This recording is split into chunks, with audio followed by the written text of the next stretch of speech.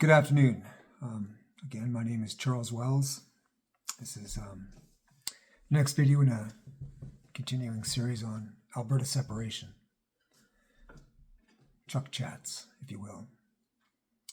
Now, in the previous video, I was responding to a video made by the Alberta Prosperity Project, which featured Dr. Dennis Modry speaking on behalf of Alberta separation. And in his video, he spoke about what he called sections 154 and 155 of the Quebec secession decision rendered by the Supreme Court of Canada. In the previous video, I spoke about 154. In this video, I'm going to speak about paragraph 155. This is a much shorter paragraph, so hopefully this video will be much shorter than the last one. It's going to be my position that paragraph 155 does not really help the Alberta separatists. It provides some clarity for sure as to where they're going with this, but it doesn't really help them if a true and lawful nation is what they want to create. Okay, so it's about 3 sentences long. So let's just get into the first sentence. Okay, which reads, although there is no right under the Constitution or at international law to unilateral secession, that is, secession without negotiation on the basis just discussed, referring to paragraph 154, this does not rule out the possibility of an unconstitutional declaration of secession leading to a de facto secession. Now, I believe this is something that Dr. Modry is trying to convince people of as being a way to go. And clearly the Supreme Court is saying that this is a way to go. However, I would suggest that as it gets further into this with their decision, that it's not the proper way to go. It just is a way to go. So they're informing you that there is no reaffirming, I guess, constitutional or international law that allows for unilateral separation. Secession, in their words. So the declaration, the unilateral declaration, is basically saying we don't care about the Supreme Court. We don't care what Parliament says. We don't care what the legislatures say. We've got to vote, and that's all we need. Okay, so that's a position to take. I don't think it's a very strong one to take, but it's a position that you can take. Right? I wouldn't take that position, but however, Mr. Wilson and Mr. Rath are free to argue that to their heart's content. All it leads to is what's known as a de facto state. Now, what is de facto? So de facto, from Black's Law Dictionary, 8th edition, is something that exists in fact only. There's no formal or legal recognition. And the second definition is illegitimate, but in effect. I don't truly believe that the second definition will apply. Mr. Modry is free to argue the case that it would apply, and that just because we say we're a state, then we're going to be a state. I really don't think that's going to be what happens here. For example, if you were to be issued a Alberta passport, unless it has internet recognition from other countries in the world, nobody's going to care. They're not going to let you into their country on an Alberta passport unless that country recognizes you. Okay? Just saying. So, de facto, is that really what you want to be? If you want to separate from Canada, do you want to be known as just a de facto state? Just basically somebody in the wilderness screaming, we're free, but no one else in the world is listening. Is that what you want? I wouldn't want to be in that position, but you're free to go that way if you want. The second paragraph is a bit longer, but it reads as follows. The ultimate success of such a secession would be dependent upon recognition by the international community, which is likely to consider the legality and legitimacy of secession having regard to, amongst other facts, the conduct of Quebec, insert Alberta here, and Canada in determining whether to grant or withhold recognition. Okay, so what I think is happening here is that you're being played. That at higher levels, people are involved in this circus and they're saying things that are, keeping this circus going. When Mr. Trump said that, yeah, we'll make Canada the 51st state, that gives you the idea that this is going to be something that's going to be legitimate because you're going to get recognition by the U.S. Okay, well, that's a fair position to take, but I wouldn't put much stock in that for a couple of reasons. There are a lot of countries in the world that are in varying states of, let's say that they have people in their country that aren't happy, okay? A prime example would be Israel and Palestine, what's going on there, and Ukraine as an extreme example. But there are a lot of other countries that have, diverse populations, different ethnicities, different types of groups, the Uyghurs, there's all manner of people all around the world that are seeking this kind of recognition. So I think that there would be a lot of hesitancy of other nations to recognize Alberta as an independent state, because what that would do is open up a whole problem in their country. All of a sudden, if they're, as a state, saying, oh yeah, we recognize those Albertans, they're their own country. Now, all of a sudden, when they're facing that same kind of resistance in their own country, they've kind of shot themselves in the foot because they've already recognized that for another country that has done so not by legal means, as i.e. amending the Constitution, but just doing it in a de facto way, saying, we're declaring that we're a state. We don't have the constitutional authority, but we don't care. We're just saying that we are. So that is another big problem for the Alberta Prosperity Party. And I don't think that that is a position that they should really be pushing. And if they are, I think that they should stop.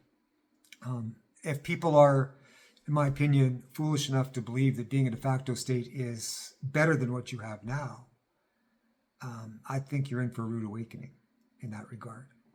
However, you are free to go down that path if you want.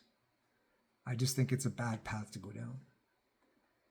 Now, the last statement is kind of what brings this all into clarity for me anyways, and I hope that it does for you as well.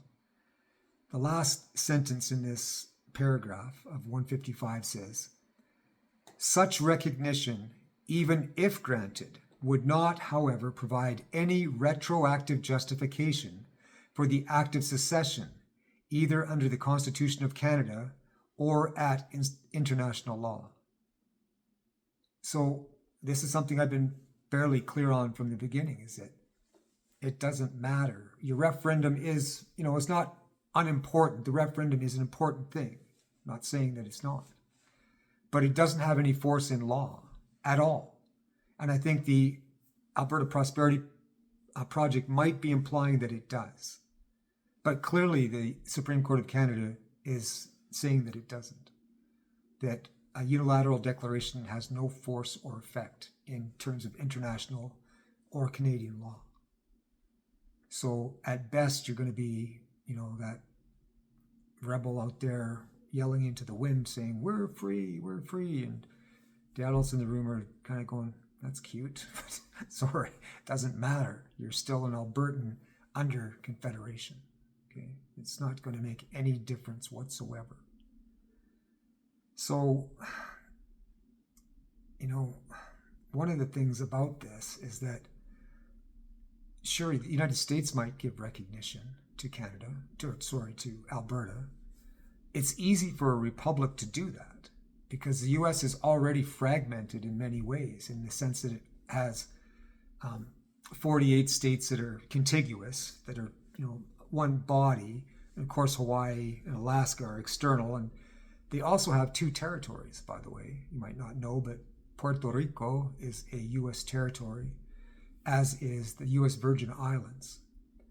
So even if U.S. were to give you recognition as an independent state, you wouldn't be part of the U.S. So this idea of becoming part of the U.S. is not actually possible under international law.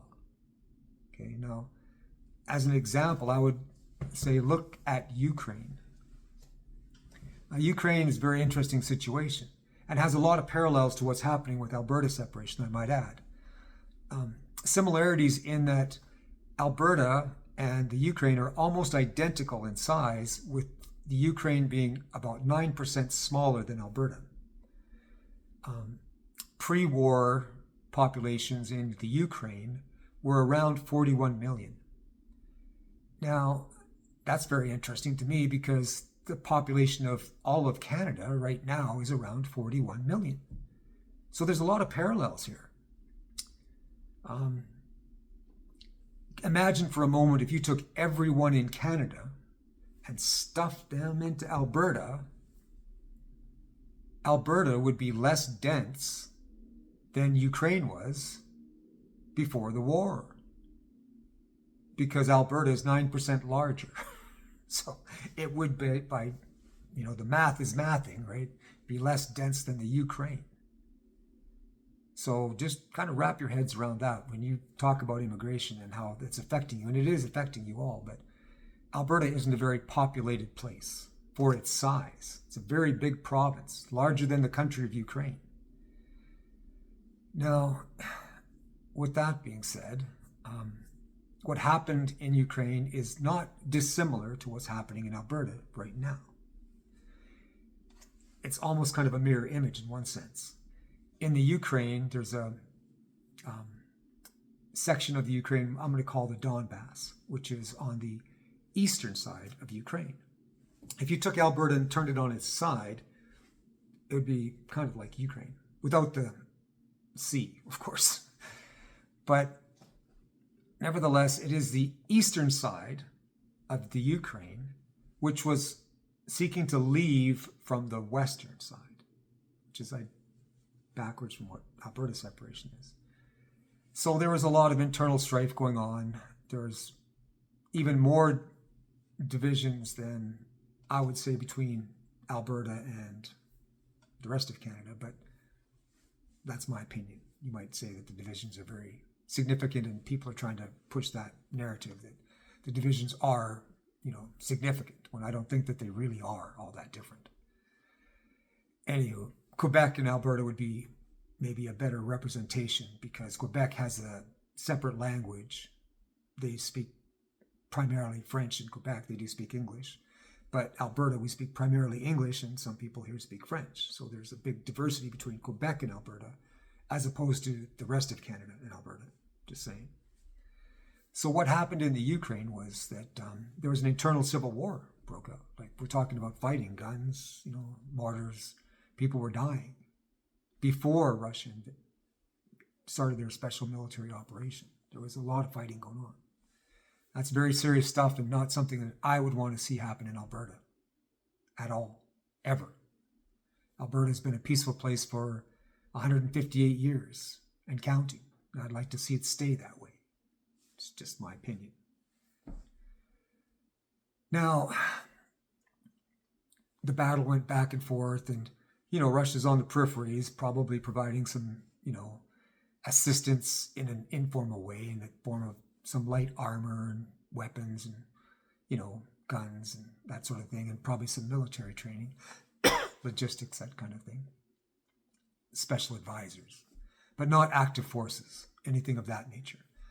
So Russia's following international law. They're not getting involved at this point. So then what do you have? Okay, so they decide to have a referendum. Now, their referendum, probably a little different than the Alberta referendum, but their vote was not so much to become an independent state, but to join Russia. I think there was two questions, maybe. I could be mistaken on this, but I think one of the questions was, do you want to become an independent state, or do you want to become part of Russia? I think, if I'm not mistaken, that's kind of how their referendum was phrased, with kind of two questions. And it came back as being positive to join Russia, because a lot of people in that area are ethnically linked to Russia. A lot of Russians moved into that part of the Ukraine many, many years ago to work in the industrial parts of Ukraine. There's a lot of ties between the two countries. A lot of people in that area speak Russian, which is not all that different from the Ukrainian, but they are different languages, but very similar. So that's what happened. So the vote comes back positive to leave, and then the people wanted to negotiate with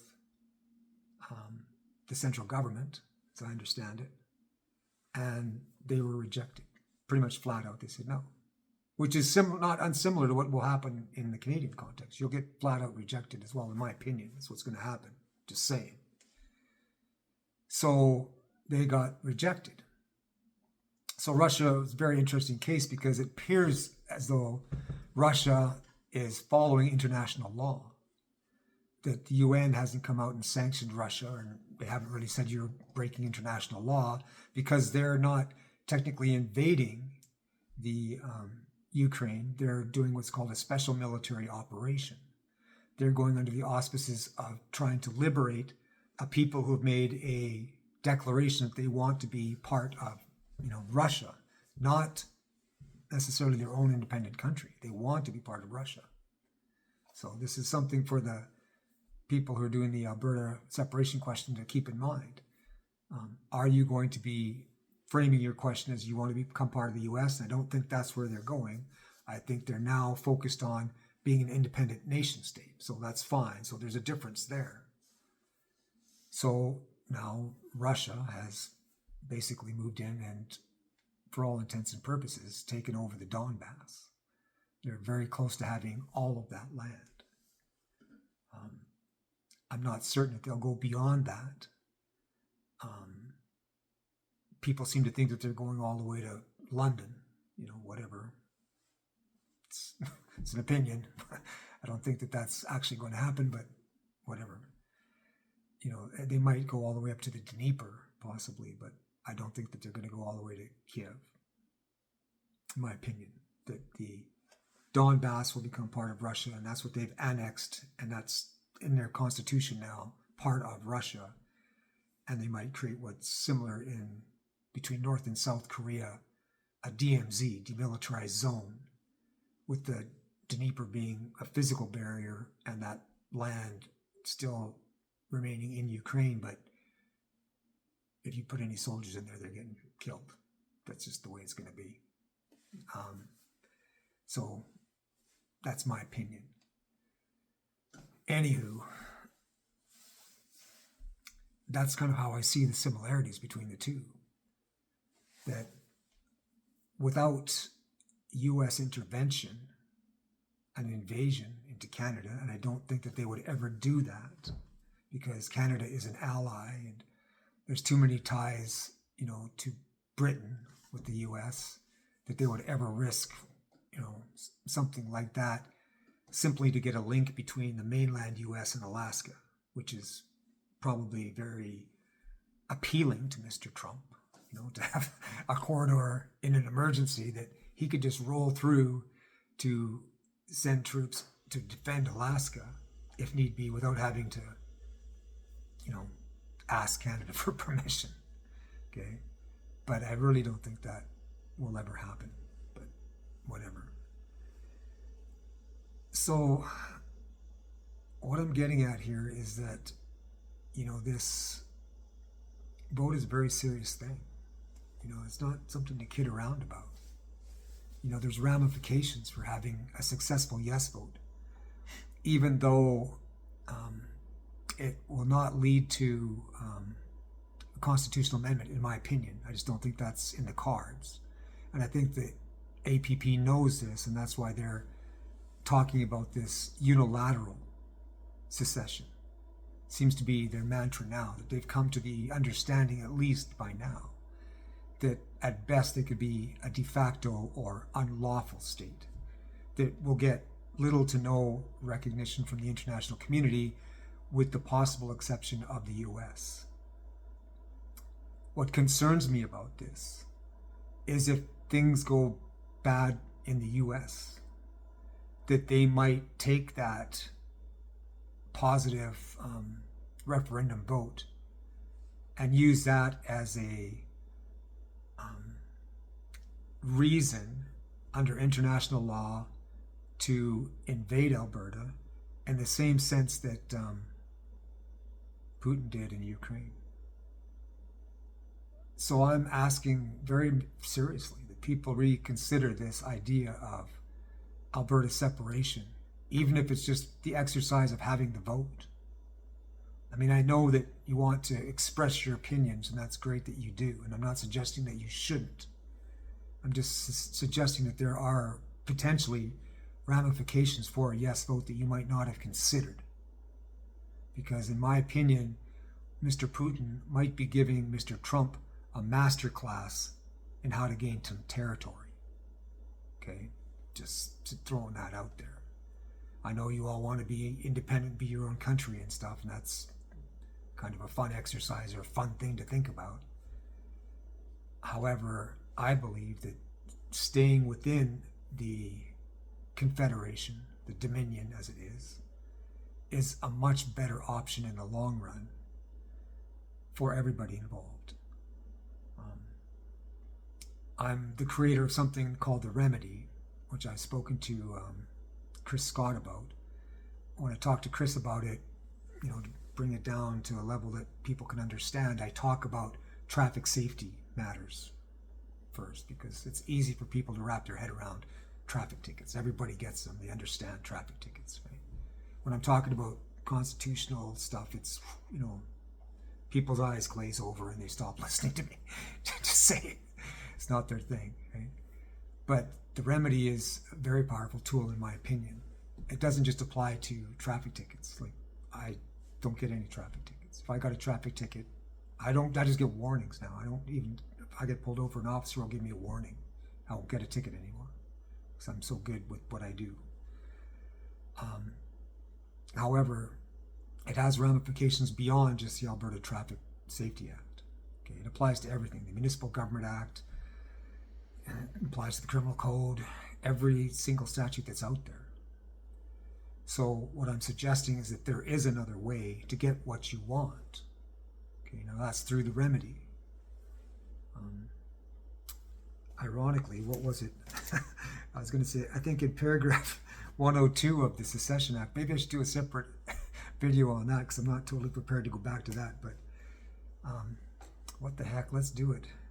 Okay. 102. Where are we? Getting close. There we go. Okay. Section 102. This is for Chris now, just to give you an idea of, the level that the remedy can raise itself up to in different situations. Okay. The non-justicability of political issues that lack a legal component does not deprive the surrounding constitutional framework of its binding status.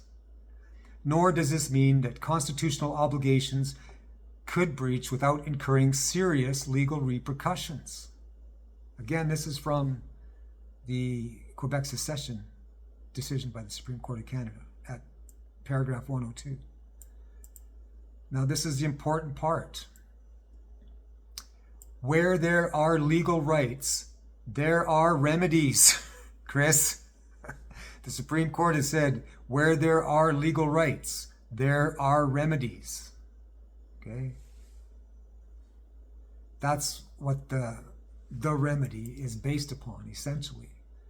That we all have the right to the protection of the law. And the remedy is based upon a theory that gets into the relationship of the preamble of Section 91 of Part 6 distribution of legislative powers to existing statute law. Now, that's not the nature of this video, but just to touch, throw that out there a little bit. This is what's coming next, Chris. This is what's coming next. Is that I'm linking the remedy to something higher than just a traffic ticket, okay? If you want to get rid of all your traffic tickets, learn the remedy and you'll get rid of them all. However, I think it's really something that can get rid of all of the problems that Alberta separatists are fighting about. If you truly understand the remedy in a fulsome sense, all of the things that the gun registration issue, gone. The transfer payments and income tax, gone. I mean, Alberta doesn't have a sales tax, and sales tax is already technically unlawful in all of Canada for only the reason that it's an indirect tax. Right? Provinces can only tax directly. What provinces are doing are imposing an indirect tax on a sale between a consumer and a seller. That's where the transaction's happening. The government doesn't really have any part in that transaction. So they're imposing an indirect tax. That's what a sales tax is. And the province only has direct taxation powers. So they can tax things that they're involved with you. So, for example, your driver's license, you want to buy a driver's license from the province, they could tax that. Because that's a direct relationship, direct taxation. Anyway, that's a topic for another day. But what I'm trying to hint at here is that, the Alberta Prosperity Project might be better served by not focusing on Alberta separation, but rather by learning the remedy and applying it to the things that they actually want to accomplish within a united Canada. If you look at what Danielle Smith did, I mean, it's like the Captain Obvious version of a bill. Like, she created this, a sovereign Alberta within a united Canada. Well, thanks, Captain Obvious. That's what Alberta already is and always has been. Alberta is a sovereign entity within a united Canada. So this idea, I think that they're throwing this out there that somehow, because they use the word sovereign, that's supportive of the separatists. Again, it's, to me, snake oil sales, because it doesn't do that. Danielle Smith and all the members of the legislature have sworn an oath of allegiance to the Crown. They have to. They don't have a choice. So Danielle Smith and the members of the legislature cannot advocate for Alberta separation. And they don't. I've never seen her advocate. She always talks about being supportive of a citizens' initiative. Like, if you listen to these people talk, they will tell you exactly what they're doing. They're not hiding it. She's always said, I'm supportive of a citizens-led initiative, right? You guys do it. Go ahead. Play. Have fun. Okay? She's supporting you. She's not saying that you can't do it, because you can do it. You can try, but at the end of the day, all you're going to wind up with is a de facto state that nobody recognizes.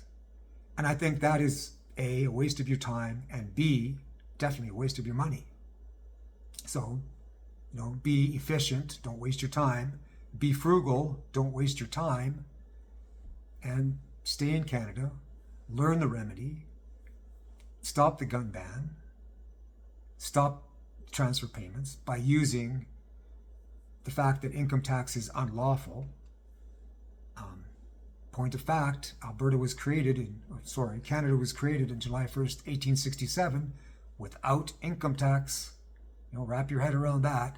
For Canada's first 50 years, there was no income tax, right?